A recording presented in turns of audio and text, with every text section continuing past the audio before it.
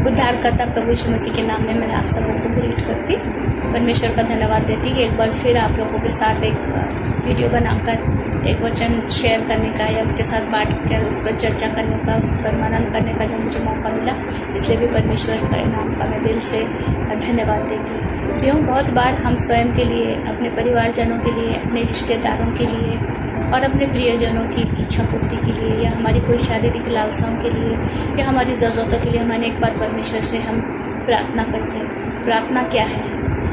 परमेश्वर तो अपने जीवित वचन के द्वारा हमसे बातचीत करता है, क्योंकि परमेश्वर का वचन इब्रानियों 4 में कहता है कि परमेश्वर का वचन जीवित, प्रबल है और दोधारी तलवार के वार से भी बहुत चौका है और गाड़ और कूदे को बार बार छेड़ता और मन के विचारों को जानने वाला ऐसा परमेश्वर का वचन है।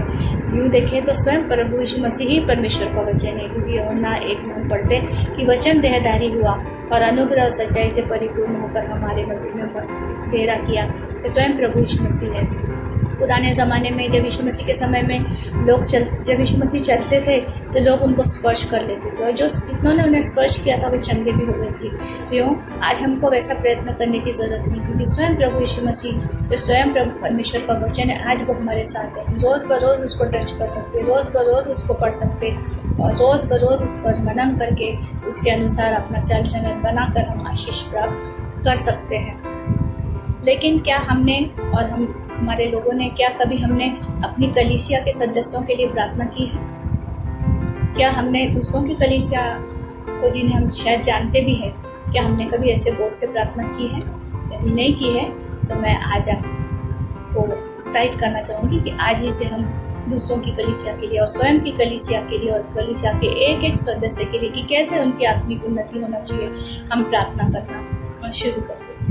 नए नियम में हम पौलुस प्रेरित द्वारा लिखित कुलुस्सियों की पत्री पाते हैं। कुलुस्सियों एशिया माइनर का एक नगर था जो इफिसुस नगर के बिल्कुल पास में था और शायद हिरियापुलिस और लौदीकिया भी जो शहर थे वो भी उसके नज़दीक थे। हालांकि कुलुस्से में कभी पौलुस प्रेरित उस कलीसिया में कभी गए नहीं थे, लेकिन उस कलीसिया का जो बोझ था वो अपने कंधों पर महसूस करने लगे थे। इसका कारण यह था कि पौलुस प्रेरित जब अपने सुसमाचार के कारण कैद में थे तो वहाँ उनकी मुलाकात कुलुस्सियों के एक पासबान या एक सदस्य इपफ्रास नामक एक व्यक्ति से हुई थी, जो वहाँ पर कैदी था, यानी को प्रिजनर। और पौलुस और जब वो एक ही कैद में रहते थे तो वहाँ पर इपफ्रास जो थे वो अपनी कलीसिया के लिए बड़े बोझ के साथ, बड़े यत्न के साथ, परिश्रम के साथ पौलुस कहता कि वो प्रार्थना किया करता था और पौलुस इसके बारे में सुना करते थे। और इपफ्रास की कलीसिया के द्वारा ही कुलुस्सियों के लोगों ने यीशु मसीह पर विश्वास किया था। लेकिन आज यही इपफ्रास कैद में था। लेकिन फिर कैद में रहते हुए भी अब जानते हैं यदि कोई कैद में हो तो कैसे तकलीफ का जीवन रहता है। इतनी सुख सुविधाएं तो कैद में कभी भी नहीं होती, लेकिन अपनी परेशानियों, अपनी तकलीफ और अपनी कमी घटी के बावजूद भी दूसरों के लिए प्रार्थना करना, विशेषकर बंदी गृह में रहते हुए अपनी कलीसिया के लिए रो कर गिड़गिड़ाकर परमेश्वर से प्रार्थना करना, ये उन्होंने कहाँ से सीखा था? वो देखकर पौलुस ने कहा कि जब से मैंने सुना है कि परमेश्वर पे तुम्हारा विश्वास है और तुम संतों का भी बहुत आदर करते, अनुग्रह में बने रहते, लेकिन ये सब शिक्षा तो तुम्हें इपफ्रास से पाई है। लेकिन जब से इपफ्रास को प्रार्थना करते मैंने सुना, तब से मैंने भी आप लोगों के लिए प्रार्थना करना शुरू कर दी। ऐसा पौलुस ने कुलुस्से की पत्री के लोगों को पत्री के द्वारा लिखकर भेजा। उस जमाने में एक दूसरे को पत्री के द्वारा वो लोग बातचीत किया करते थे। और इपफ्रास इस प्रकार की प्रार्थना करता था। हम 4:12 में पढ़ते कि इपफ्रास प्रार्थना करता था कि तुम लोग सिद्ध होकर, यानी कलीसिया सिद्ध होकर पूर्ण विश्वास के साथ परमेश्वर की इच्छा पर बने रहो। क्या कभी हमने ऐसी आत्मिक तौर पे और किसी के आत्मिक उन्नति के लिए कभी ऐसी प्रार्थना की है कि हमारे लोग सिद्ध बने? यो परमेश्वर का जो वचन है वो ही सिद्ध बनाता।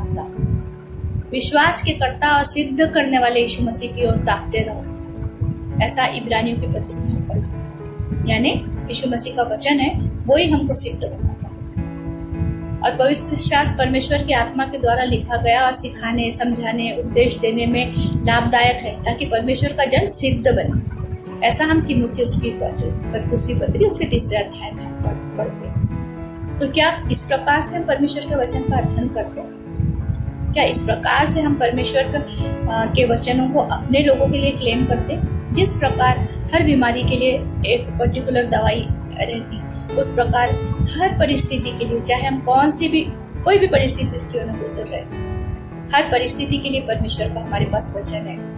क्यों हम इस वचन को पढ़ें और अपने लोगों के लिए इसको हम हमेशा क्लेम करें। इपफ्रास से पौलुस को पता चला था कि वहां पर कुछ झूठे शिक्षक थे जो वो लोगों को गलत शिक्षा दे रहे थे कि एक व्यक्ति को उद्धार प्राप्त करने के लिए कुछ अधिकारियों का, प्रधानों का उपासना करना अनिवार्य है। ये झूठे शिक्षक उन लोगों को ये भी गलत शिक्षा दे रहे थे कि उद्धार प्राप्त करने के लिए कई प्रकार की विधि, जैसे खटने की कठिन विधि और अनेक प्रकार के पर्व और उपवास और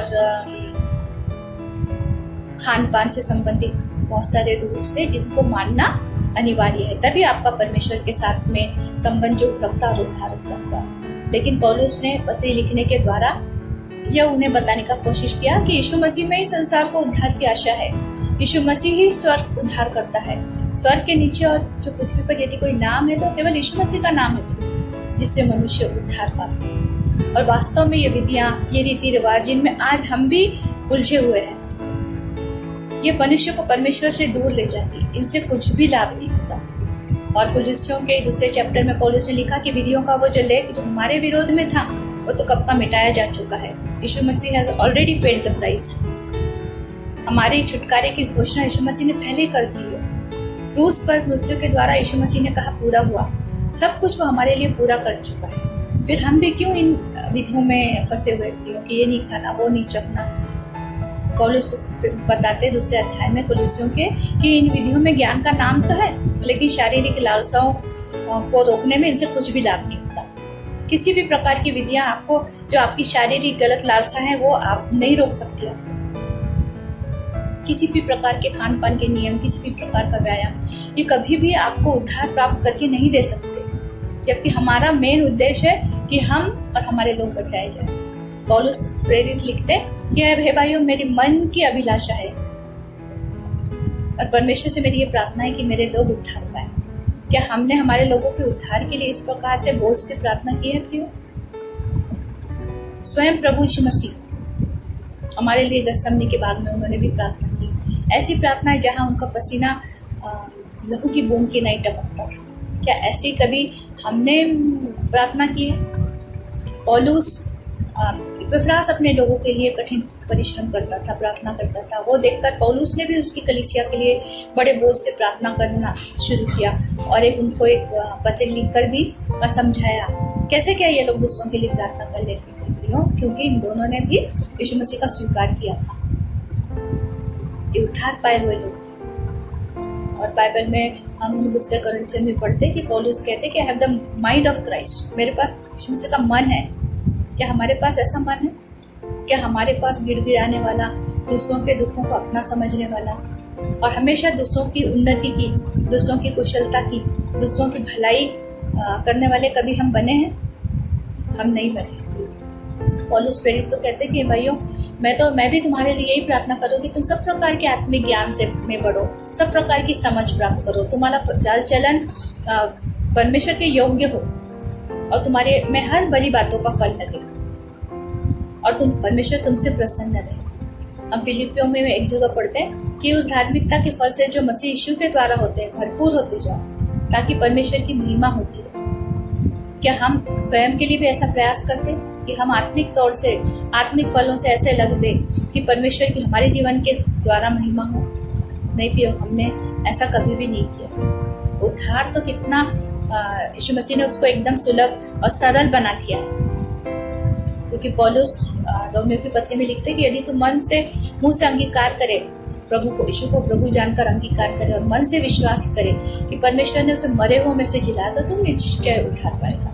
क्योंकि धार्मिकता के लिए मन से विश्वास किया जाता है और उद्धार के लिए मुंह से अंगीकार किया जाता है। क्यों? क्या हमने उद्धार को कठिन बनाकर रखा है और ऐसी कठिन बात हम दूसरों को विधियों के द्वारा और नियमों के द्वारा सिखाने का कुछ प्रयत्न कर रहे हैं। यदि ऐसा हम कर रहे हैं तो हम गलत कर रहे हैं, क्योंकि पौलुस कहते हैं कि विश्वास के द्वारा अनुग्रह ही से तुम्हारा उद्धार हुआ और ये तुम्हारी ओर से नहीं, परमेश्वर का वरदान है और न कर्मों से, ऐसा न हो कि कोई प्राणी घमंड करे। इसलिए प्रियो, हमेशा हम अपनी व्यक्तिगत प्रार्थना में, हम जब अपने परिवार के लिए हम प्रार्थना करते, कुछ समय हम अपनी कलीसिया के लिए भी हम प्रार्थना करें। आज हम पैंडेमिक के कारण जब हम कलीसिया से नहीं मिल पाते और घर में ही हम बैठे हुए हैं, तो हम अवश्य है निश्चित तौर पे हम अपने लोगों के लिए प्रार्थना कर सकते हैं, क्योंकि यीशु, हम कलीसिया एक देह की तरह है और हम उसके अलग अलग अंग हैं, लेकिन स्वयं प्रभु यीशु मसीह हमारा सिर है। हम यदि यीशु मसीह में बने रहेंगे तो ही हमारे अंग में उन्नति दिखाई देगी। इसलिए प्रियो, मेरी आपसे रिक्वेस्ट है कि कभी भी अपनी कलीसिया को न भूलें और हमेशा अपने पासवानों के लिए और अपने प्राचीन जो है उनके लिए और अपने कलीसिया के हर सदस्य के लिए रो कर गिड़गिड़ा कर प्रार्थना करें। ऐसा करने से आप उनके प्राण को नाश होने से बचा सकते हैं। जिस प्रकार एस्तर ने प्रार्थना की थी, वो जान देने तक तैयार हो गई थी, और इस प्रकार मोर्देकै और एस्तर ने मिलकर जब प्रार्थना की और राजा से विनती की, तब यहूदी लोग नाश होने से और मृत्यु से बचा लिए गए थे। प्रभु करे कि प्रभु हम यीशु मसीह में हम ऐसा ही बोझ रखें और हमारे पास भी यीशु मसीह का मन हो। Praise the Lord.